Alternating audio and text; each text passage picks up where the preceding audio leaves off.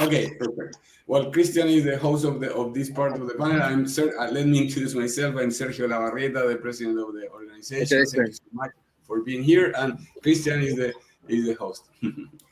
Thank you so much, Sergio. Dr. Buitrago, thank you so much for being here. My apologies to all the participants of these important conferences. We have people from different countries in the world very interested in the field of business, in the field of creativity, in the field of orange economy. And the case of Colombia has become of interest for all of these people all around the world. We have a lot of experiences, we have a lot of cases which are very interesting for the field of innovation, the field of entrepreneurship. So this is why we have invited Dr.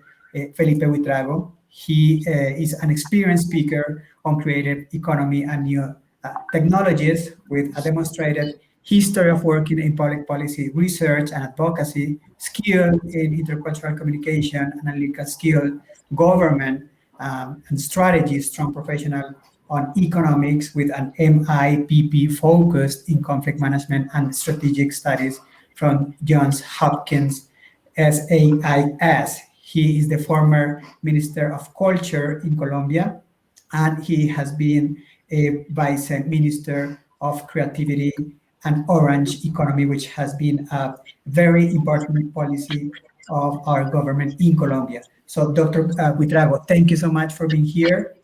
I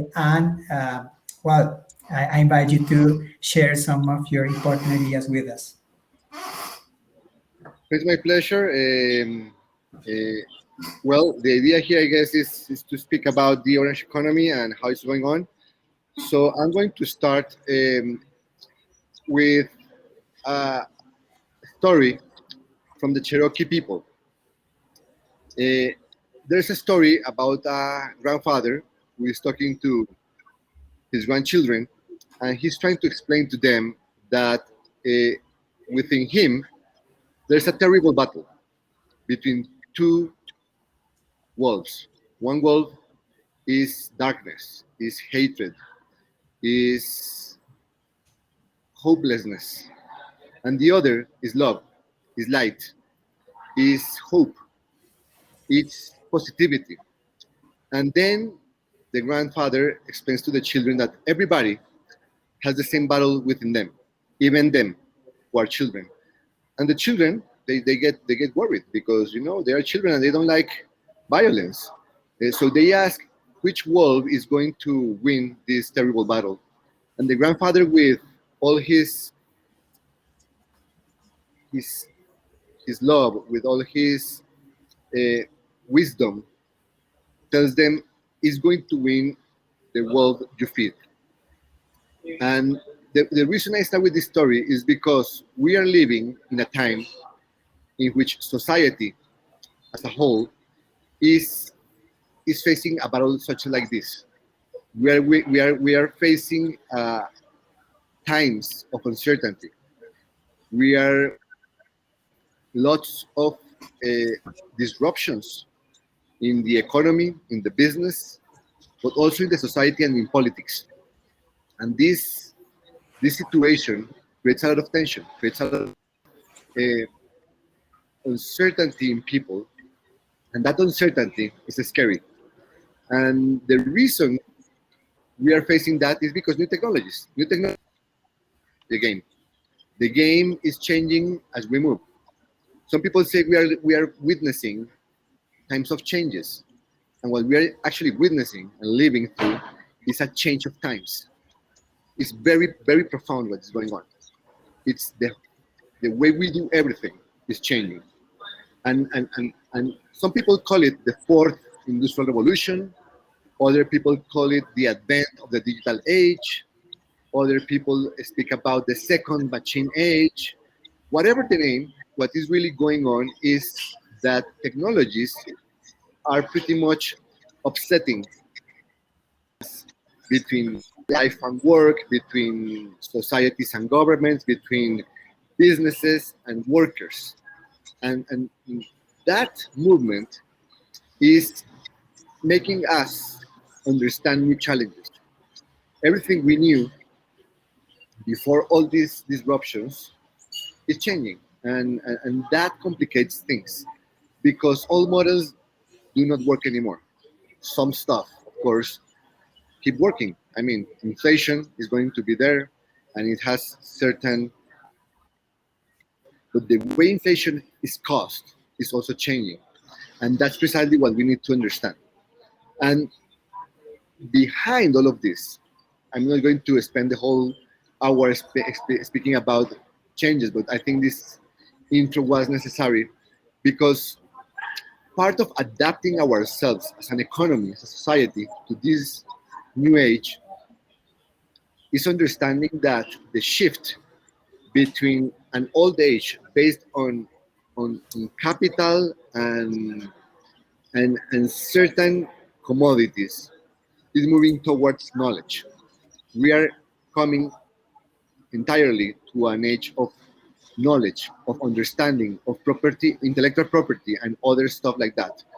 And one of the main avenues of this new world is precisely culture. It's based on how we entertain ourselves, how we use our time to build up our personalities, our identities, how we connect to each other. And that's precisely what many people have been talking about for the last almost 40 years, is the role of culture in development. This is based on several international treaties, conversations, movements. I mean, there's a very rich literature about it.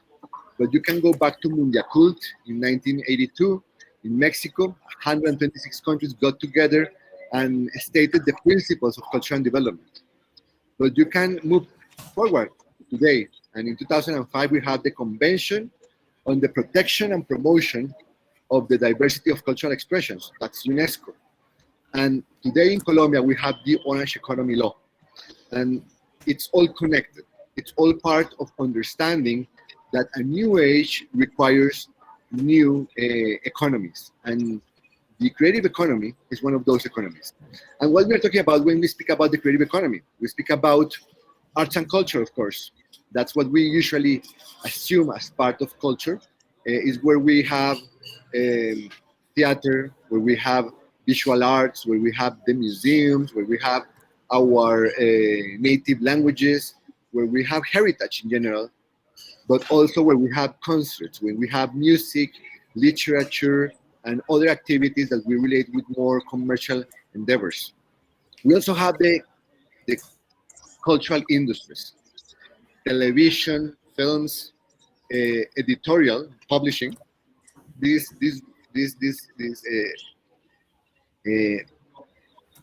activities, which are clearly part of mass entertainment industries. But there are also the functional creations, where we have advertising, architecture, where we have video games and new media interacting with us as a way to create opportunities to share who we are, what we expect, what we dream, the ways we celebrate the past, we understand the present, and dream about the future. All of these activities have a connection to each other, but also they are part of value chains. They are all part of processes of creation, where people imagine things, where people create aesthetics, create music, create narratives, but then you have to produce those narratives, those stories, and then after you produce them, you have to connect them to the world through distribution channels, commercialization windows, and so on until they reach people. So you have this value chain from creation, production, distribution, commercialization, and finally consumption. This consumption can be a market-based consumption, when you go to a library, to a bookstore and buy a book, or when you download from iTunes the latest song from Ariana Grande, or when you go to a theater and buy a ticket to watch the last Disney movie. But there are also non-market-based products, such as when you have a Rock al Parque in Bogota, a free access concert, but is paid by a government, by a local authority. Is when you go to a park and you witness an open exhibition, or when you go to a museum and you have a free exhibition that you can attend.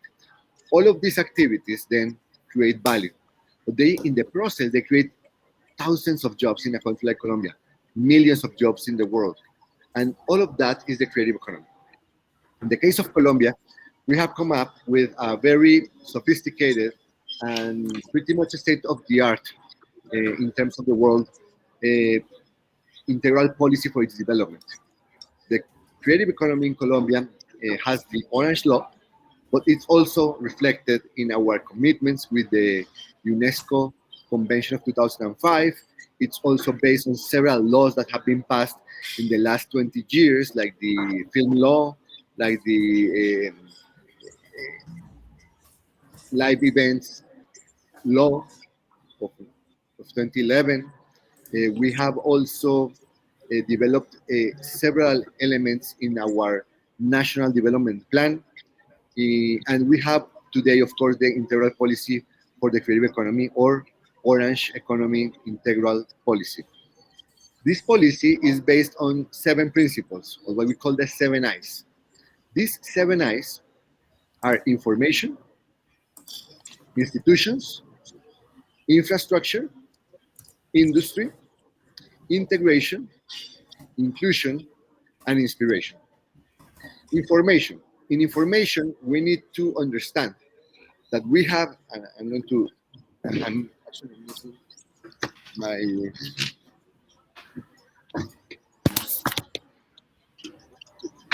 is going to die. In information, what we have is, we have the need to understand the dynamics, the economic dynamics behind everything. So we can take decisions based on evidence rather than on just our gut feeling. And for that, Colombia has a satellite account of culture. A satellite account is based on the national accounting system, just like how we measure GDP, unemployment, and inflation, but specific about the creative sector.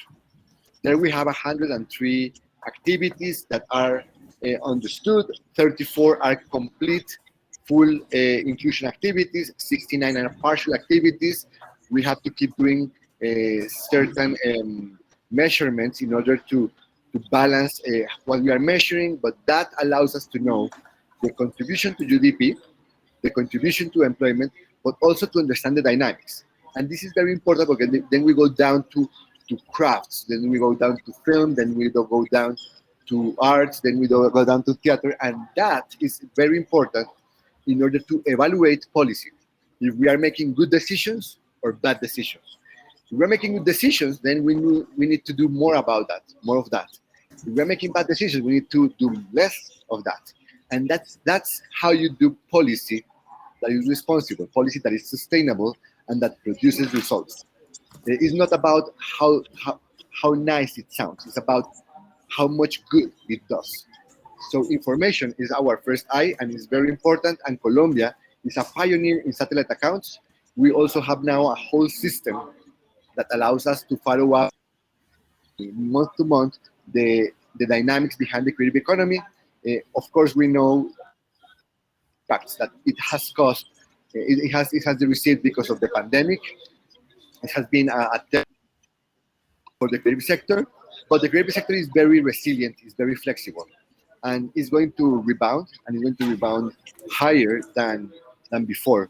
But it's going to take at least 1 more year for it to recover. Then we have the eye of institutions. Most people tend to believe that cultural institutions are just a public endeavor. It's like the responsibles for culture are governments, and that cannot be more far from the truth.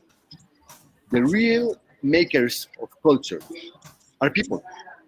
Everybody does culture every day.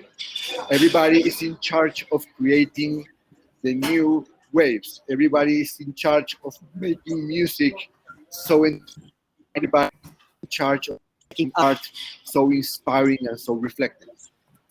Governments are just there for the support of the environment in which culture happens. And institutions are not only public, are also private, are of mixed nature.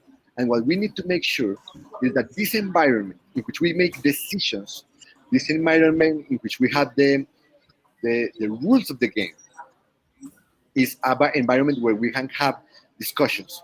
So in that sense, Colombia has been developing not only its public institutions, like reinforcing the Ministry of Culture, two vice ministries, one for heritage and regional development, and another for creativity and the orange economy, and also creating a national council for the orange economy where we concentrate or where we coordinate more than 20 national agencies, the Ministry of Trade, Industry and Tourism, the Ministry of Labor, the Ministry of Information Technologies and Communications, the Ministry of Education, the Ministry of Sciences, the Ministry of Sports, the SENA, our National Skills Development Agency, and so on. The idea here is to understand that cultural development is transversal. Sure, there are very traditional aspects of culture, like a museum, that deserve a special attention from the government. But there are many, many cultural activities, like advertising, like design, like architecture, like video games, that do not need a direct involvement from government, but they do need an environment in which business can happen, an environment where people are skilled enough to participate, an environment where people understand the importance of culture and can consume culture, whether by market means or by non-market means, but it's available, so it inspires us all the time. Then we have infrastructure. Infrastructure is how you level the playing field. A city like Bogota, in downtown Bogota, you find several museums, theaters, cinemas, stores. But as you move towards the edge of the city, the suburbs, or towards secondary cities, this wealth of cultural infrastructure starts to dissipate. Well, we need to make sure that in those areas there's access to culture. Of course, we cannot have a Colón theater at every neighborhood, at every town, but we can have different venues where culture can happen. And we also can have today connectivity. So connectivity as part of infrastructure is very important today in order to provide access everywhere to culture, to cultural opportunities to express yourself, but also to go and entertain yourself, to get inspired, to get reflections about life, to find spaces where you can meet with the feelings, with the expressions that make you move, that move you inside.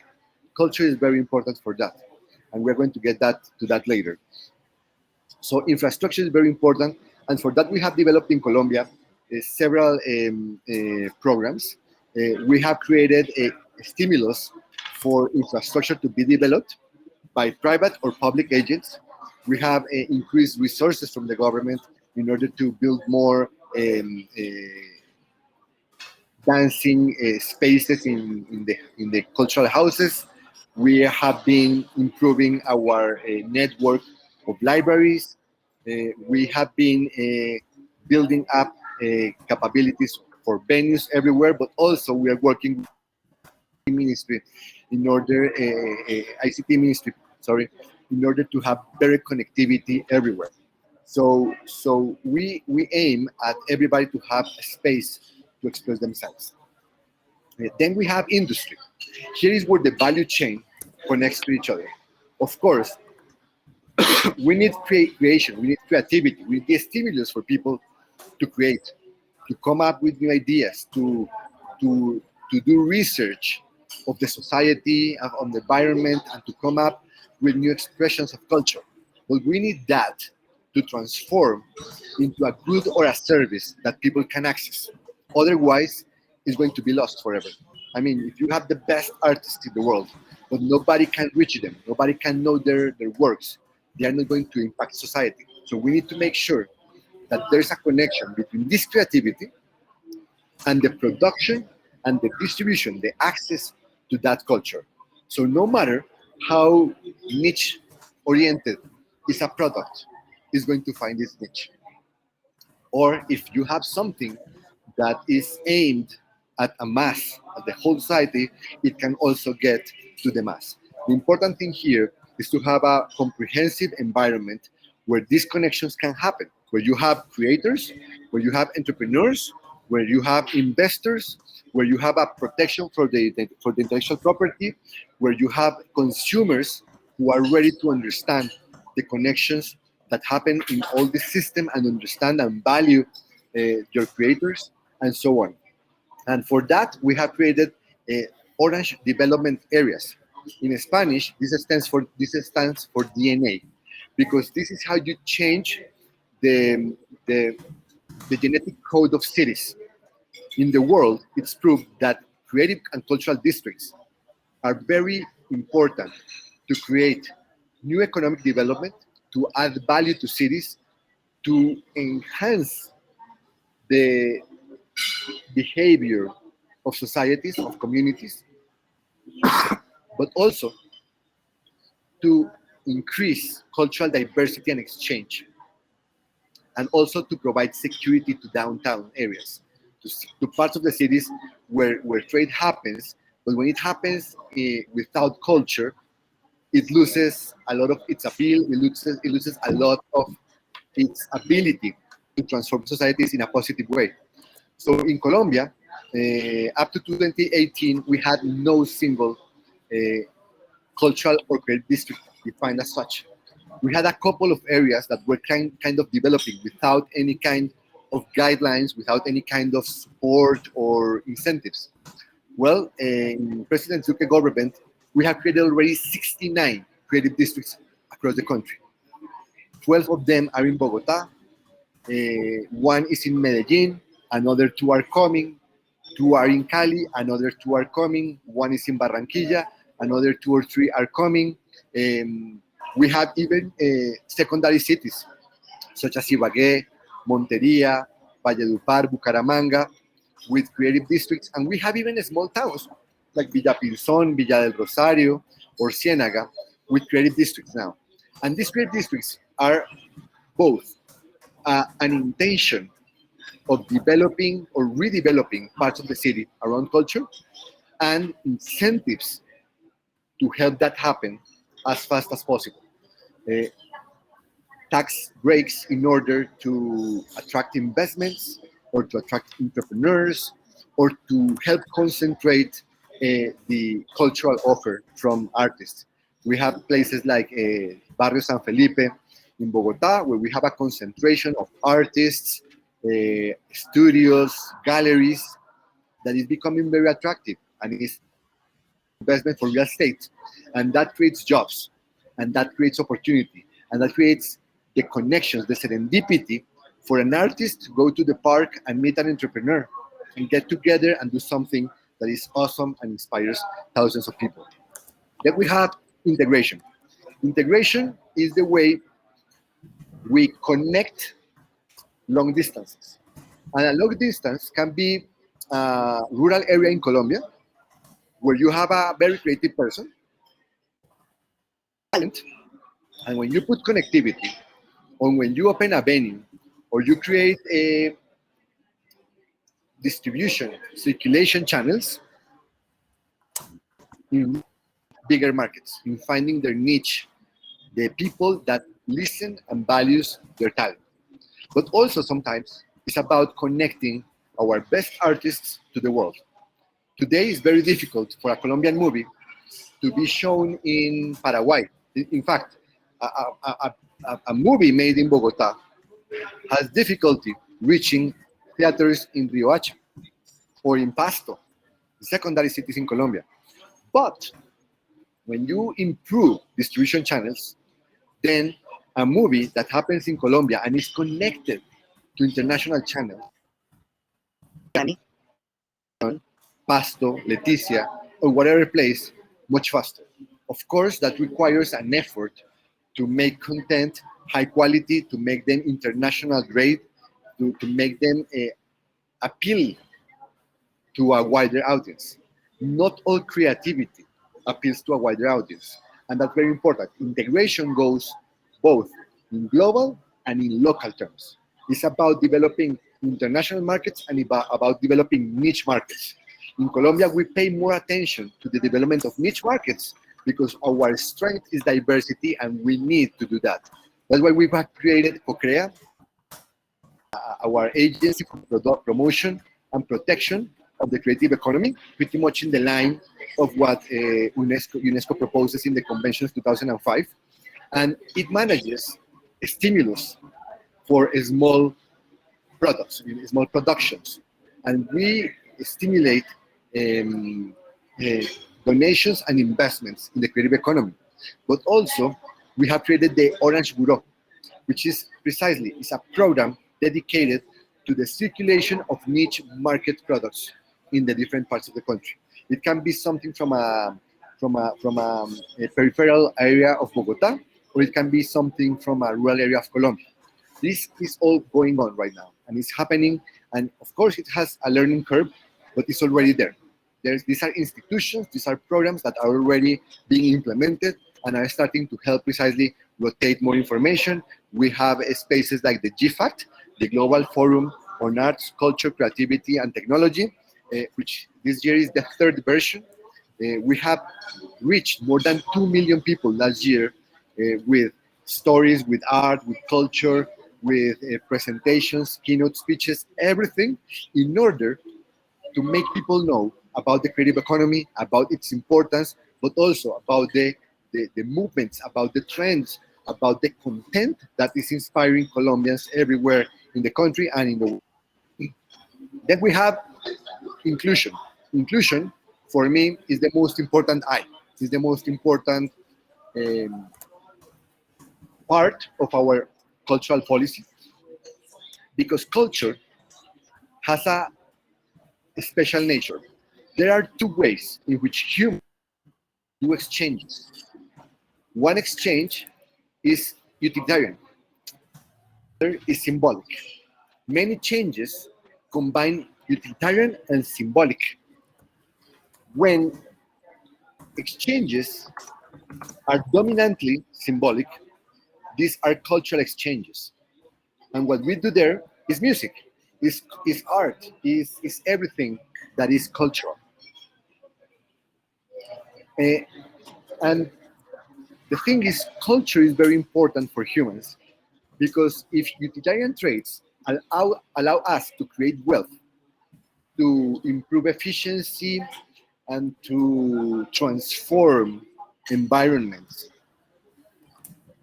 well, symbolic exchange allows us to develop citizenship, to develop identity, to connect to each other, to bridge the gaps of understanding.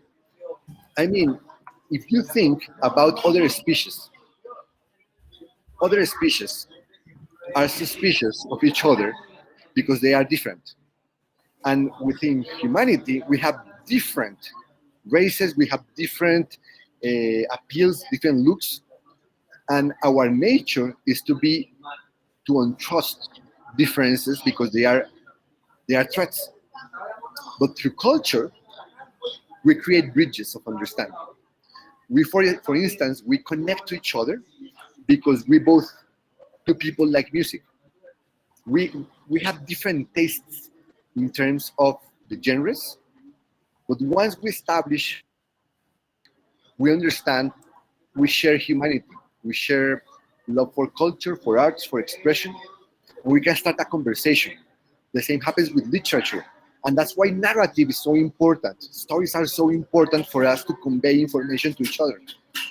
Because we are cultural beings, we are symbolic exchangers. And inclusion is understanding that there are many, many ways, different ways of expressing ourselves. And some of those ways are not going to be liked by everybody. But as long as we understand that those are expressions that should be shared, and that we understand that improving exchanges creates more channels of connection. And the more people connect to each other, we start having this fabric, this social fabric that allows us to coexist, to live together peacefully, to exchange together the construction of a society within our differences. Inclusion is also the opportunity for a little kid to come out of poverty and become a world star. Let me tell you a story about people I met in Paraguay about 10 years ago.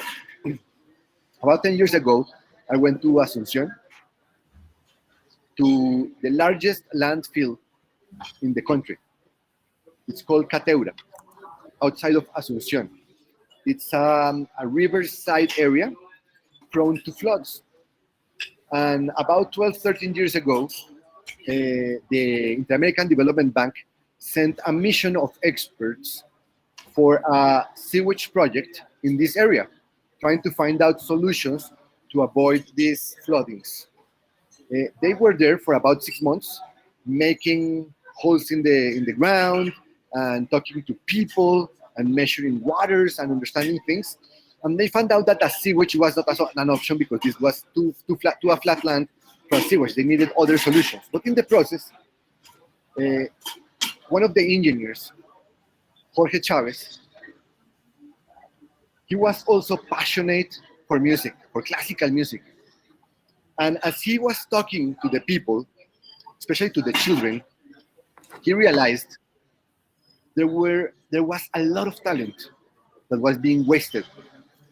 And he decided to start up a foundation. He's an Argentinian, and he was in Paraguay by chance, but he fell in love with these children. So he created the Recycled Instruments Orchestra of Paraguay, or as the documentary about them, the Landfill Orchestra. And this orchestra is made up by children. It started with 12. Today there are more than 250 between students and the main orchestra. But I dare any one of you to tell me how many countries you have visited. And some would be very proud to say, oh, I've been to 10, 15, 20 countries. Maybe somebody as fortunate as I have been close to 40 countries. But these kids, before the age of 18, tend to visit about 50 countries. And not just to go as tourists. They go to be celebrated, to be admired. And they come from the poorest part of a society. So no rich kid before the age of 18 goes to 50 countries. But these guys do. They not only go to 50 countries, they have been the open show for Metallica and Black Sabbath in Latin America. They have performed in the main venues in the world. I witnessed them inspire more than 3,500 people at the Kennedy Center in Washington, D.C., the most exquisite audience possible in the world. The diplomatic corps of the whole world were there together, crying of witnessing so much talent and such a beautiful story. Now, these kids going to be musicians forever? Most of them are not. Just as many musicians, most musicians that study music did not make their life by playing piano. An example of that, Condoleezza Rice. Who knows Condoleezza Rice? She is trained as a professional piano player. But she dedicated her life to politics. And one of the reasons she's so good at what she does is because she's a piano player. She has discipline. She has endurance, resilience. She knows about playing in a team. She knows about following, and she knows about breaking rules to inspire and to surprise people. The reason she's so good as a politician is because she's also an artist. When we speak about inclusion, we speak about not just having artists, we speak about having great citizens. What I just mentioned, resilience, discipline, working groups, critical thinking, the ability to follow or break the, but consciously, not because I want to. Those are the skills that the World Economic Forum has been telling us are the most important 21st century skills. Of course, it's important to have mathematical education. It's very important to have a literacy rate. It's very important to know about our financial literature. I mean, being able to manage our finances. I mean, many skills are necessary. But if you want to be a great professional at any area, you better be creative. You better be flexible. You better be resilient. You better be disciplined. You better be able to work in groups. You better be able to lead and to follow, and so on. So inclusion is very important, and that leads us to inspiration. And this is not a list. This is a circle. Because inspiration moves you to information, to institutions, to infrastructure, to industry, to integration and inclusion. Because inspiration is when you move a kid. When this little girl or this little boy, both full of answers, both full of hopes, dreams. Remember the story about the Cherokee. These grandchildren, they are full of creativity. Sir Ken Robinson, probably the greatest educator that has ever lived, was telling us that the education system was designed to kill the three most powerful tools for change in the world: creativity, curiosity, and intuition. And remember always that a creative adult is a child that has survived.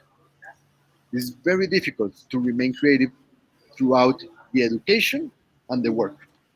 But once you manage to survive, to keep your kid alive, you can achieve amazing things. So we need to improve our education system.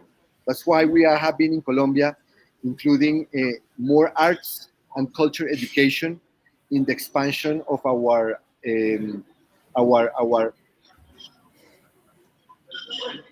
basic primary and secondary educations. In Colombia, about 3/4 of the children go to school only half time, but we are moving and moving fast by building more classrooms and more spaces across the country to a full day education. And we are making culture and creativity to be a prime subject of the expansion of the curriculum. It's very important because if we allow our children to get educated in arts, in music, in film, and so on, it's not because we want to make them artists. For sure, those with the talent are going to be discovered earlier and are going to reach further. But for most people, it's just the opportunity, like Condoleezza Rice, to be in touch with their creative selves and to become children that can survive education and that can survive work, to remain being resilient, to remain being committed, creative, to remain critical thinkers. That's very important. So these are the 7 I's. And today we have about 70 programs in the Colombian government answering to the different elements behind this. Some of these programs, of course, are from the ministry, others are from the trade industry and tourism ministry, others are from the SENA, labor department, and so on. And many, of course, are from the Ministry of Culture. So this is pretty much the whole picture of Colombia. This is one of our bets in order to include the country into becoming a powerhouse of the knowledge economy in the 21st century. And we are very happy that we can share this with you today, but also I will be very happy if, I don't know, if we have some time to answer some questions. Thank you very much. Thank you. Thank you very much, Dr. Buitrago, for your great picture of Colombia, the orange economy, the creativity. It was a very, very interesting conference. We have some questions from the audience. Professor Ivonne Huertas from Puerto Rico. She's saying, I'm totally in support of the orange economy, but I wonder, how do you stimulate a rightful compensation for the courageous that accept the challenge? Could this be connected to the ESG, environmental social government, that has come to the forefront of BOD's agenda and interest of stakeholders? What would you say to that, well, Dr. It definitely connects. Something I was negligent to mention. These 7 eyes, and I cannot change right now. Share it, but imagine you have these rows of wings, and you have the 7 eyes distributed, and we have the Sustainable Development Goals there. Mm-hmm. So this all relates with achieving the Sustainable Development Goals. When you think about the Sustainable Development Goals, there are 70, and you can read them, and I mean, you will not find words like culture, art, creativity there. However, when you double-click the Sustainable Development Goals, you will find that, depending on how you read them, between 11 and 13 of them have culture either as an objective, as a tool, or as both. So when you're speaking as having a quality relevant education, well, having quality relevant education means making part of curricula arts and cultural education. Otherwise, you're not developing the skills people need today. When you speak about sustainable cities, a sustainable city is not just having parks or just having mobility. It's having a lively cultural environment where people can get together and exchange freely and happily about their lives. When you speak about ending poverty, you need to create jobs. You need to create the jobs that supersede the jobs that have been or are being displaced by automation. Creativity is something that requires human participation, that requires human imagination, that requires human absorption. It's not just a transaction. I mean, Duchamp was brave enough to dare to say that a painting was not made by the artist, but by the public. And that's true. If you think about the works of Van Gogh, while he was alive, he painted a lot. But not a single of his works was ever witnessed by more than. It was always hidden. Only when he died and his sister-in-law made her life purpose to make this work be known, he became a national symbol. So it's very important to create these connections that create jobs and opportunities if we want to end poverty. Poverty is not something you end by disbursing government money. Government money is just an intermediation of the wealth you create through private business. So culture can create a lot of private business. Of course, it can use a lot of subsidies as well in order to reach people and to create opportunities. It's a balance that we need to get together and to get it right. So this sustainability is very important for creativity. And something that you have to take into account is you have non-for-profit activities in culture. I mean, you have activities where you have to reach with culture populations who are not properly attended by government services, and there you have to reach with this. I mean, if you want to combat violence in the suburbs of a city in the US or a rural area of Colombia, you better be ready to go there and do some theater and to do battles of dancers. Imagine such a beautiful idea. Dancers battling each other, who dance better. And then at the end, it does not matter who won. It matters that you share the and you can reach to the other side and have a hug and and have this whatever, I mean, have a good time. So connecting people and connecting people to environment issues, connecting people to social issues is something that culture does better than anything else. You want to make people conscious about climate change. You better be ready about telling stories about climate change. You want to make people conscious about gender inclusion. You better be ready to tell stories about gender inclusion, and so on. Thank you. Thank you so much, Dr. Buitrago. We have one more question, the final question. We are running out of time. Professor John Rosso, he's saying, does the current elementary education system constrain the development of soft abilities, soft skills? Are our elementary teachers willing to open their minds to this approach while they're thinking in their own interest? I mean, I'm not quite the expert in education, but from what I have read and researched, and based on Sir Ken Robinson and many other educators that have been working for decades about this, our education system is designed for the 19th and the 20th century. Are designed to teach us follow instructions. They are not designed to teach us to think.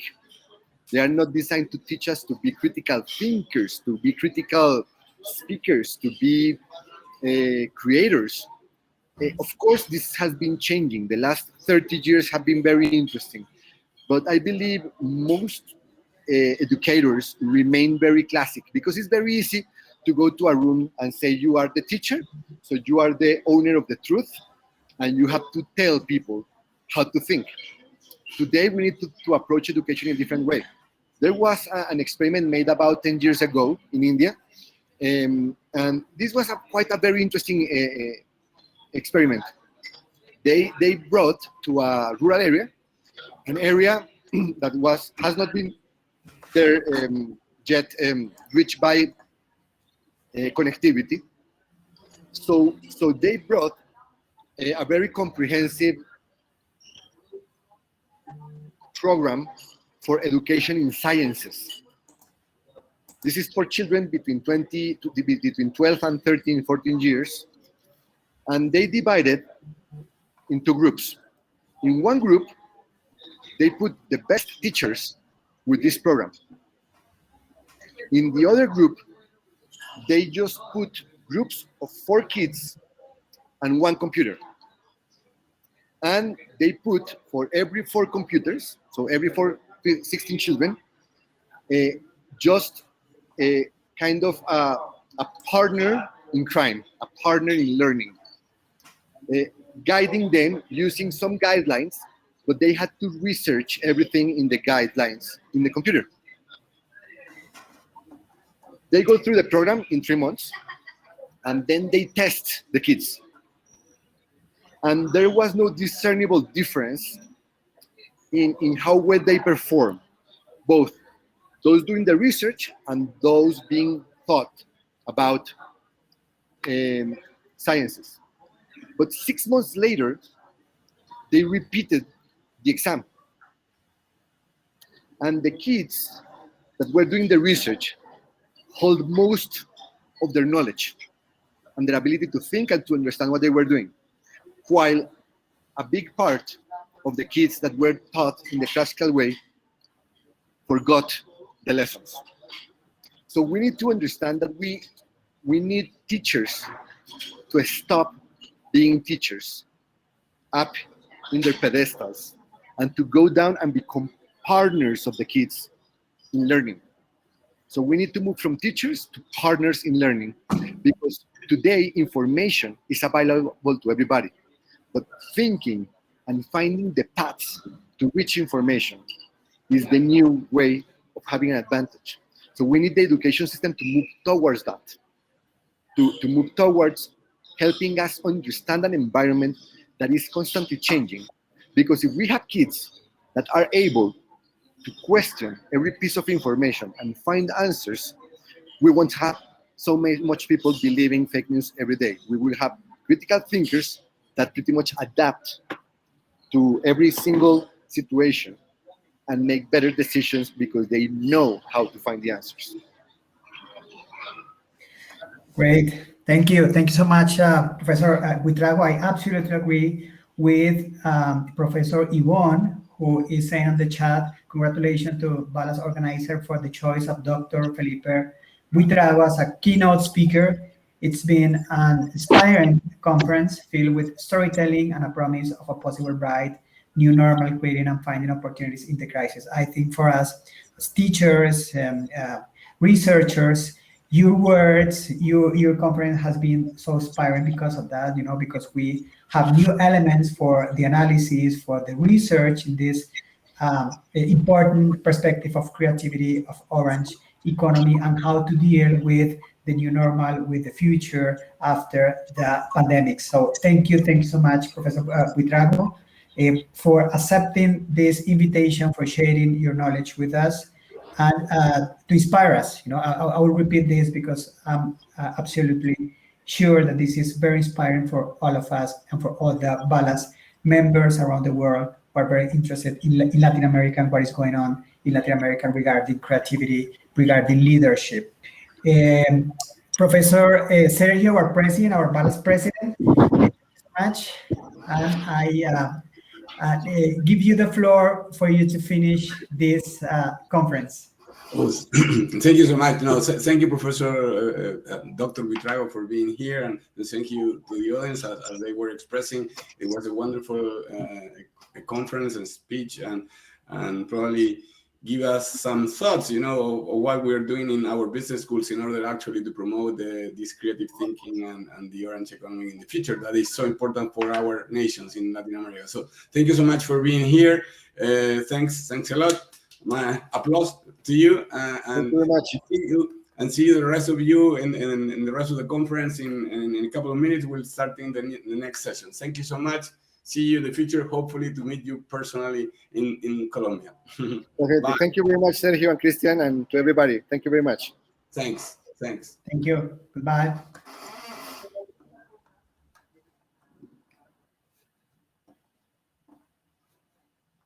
Gracias, Cristian. Nos vemos en la otra. Gracias. A ti, Sergio, gracias.